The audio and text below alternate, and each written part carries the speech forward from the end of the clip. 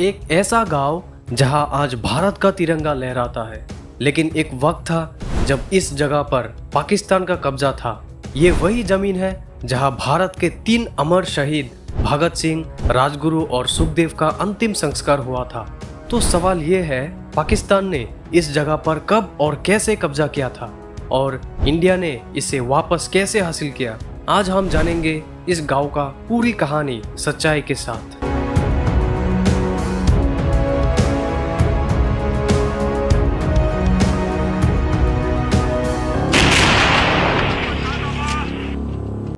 नमस्कार दोस्तों, स्वागत है आप सभी को हमारे एक और नई वीडियो में।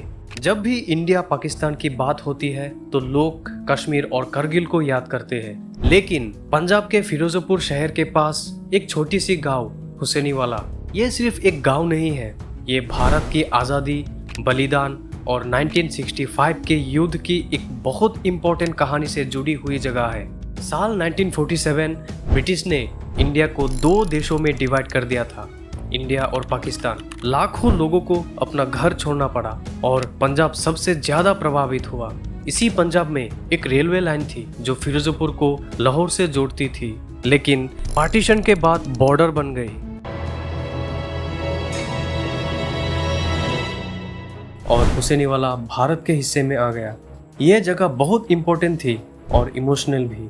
साल 1931 मार्च महीने के 23 तारीख को भगत सिंह, राजगुरु और सुखदेव को लाहौर जेल में फांसी दी गई।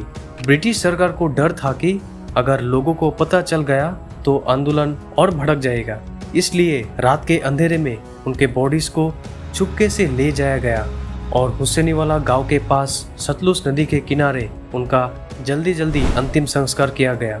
बाद में गांव के लोगों ने उनका अस्थियों को सम्मान के साथ गांव के एक जगह पर इकट्ठा किया। आज वही जगह हुसैनीवाला शहीद स्मारक के नाम से जानी जाती है। इसी वजह से हुसैनीवाला सिर्फ एक बॉर्डर पोस्ट नहीं, एक पवित्र यादगार है। और फिर 1965 में इंडिया और पाकिस्तान के बीच तनाव बढ़ने लगा।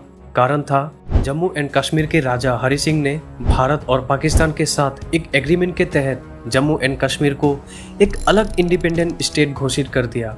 तब दोनों देशों ने जम्मू एंड कश्मीर को अपने कब्जे में लेना चाहता था, लेकिन पहले पाकिस्तान ने जम्मू एंड कश्मीर के राजा को डराया धमकाया, लेकिन बात नहीं बनी। फिर पाकिस्तान ने हमला कर दिया और तब राजा हरि सिंह ने बचने का मौका ना देख भारत से मदद मांगी।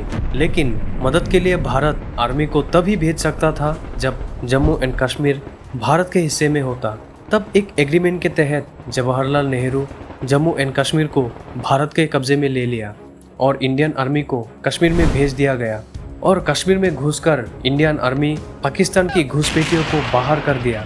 तब कश्मीर के कुछ हिस्से में पाकिस्तान ने कब्जा कर दिया था। आज वो हिस्सा पीओके के नाम से जाना जाता है और पूरा जम्मू एंड कश्मीर को पाकिस्तान ने कब्जा करने में असफल रहा और पाकिस्तान गुस्से से आग बबूला हो चुका था। कैसे भी करके जम्मू एंड कश्मीर को पाकिस्तान ने कब्जा करना चाहता था और फिर 1965 में ऑपरेशन गिब्राल्टर शुरू किया। लेकिन भारत ने सिर्फ कश्मीर में ही जवाब नहीं दिया, इंडियन आर्मी ने पंजाब सेक्टर में भी मोर्चा खोल दिया। इसी दौरान हुसैनीवाला बॉर्डर एक बहुत इंपॉर्टेंट मिलिट्री पॉइंट बन गया। दोनों देशों के बीच ताबड़तोड़ गोलीबारी हो रही थी। पाकिस्तान का एक बड़ा मकसद था पंजाब सेक्टर में इंडिया की सप्लाई लाइन और कम्युनिकेशन को नुकसान पहुंचाना। इसी वजह से उसकी नजर पड़ी हुसैनीवाला गांव पर। शायद आप सोच रहे होंगे, एक छोटा सा गांव इतना इम्पोर्टेंट कैसे हो सकता है? इसका 3 बड़े रीजन थे। पहला, ये फिरोजपुर के बहुत करीब था। दूसरा, यहाँ से सतलुज नदी और ब्रिज पर कंट्रोल करना आसान था। तीसरा, अगर पाकिस्तान यहाँ टिक जाता तो फिरोजपुर पर मिलिट्री प्रेशर बढ़ सकता था। इसीलिए दोनों देशों के लिए हुसैनीवाला एक स्ट्रेटेजिक पॉइंट बन गया था।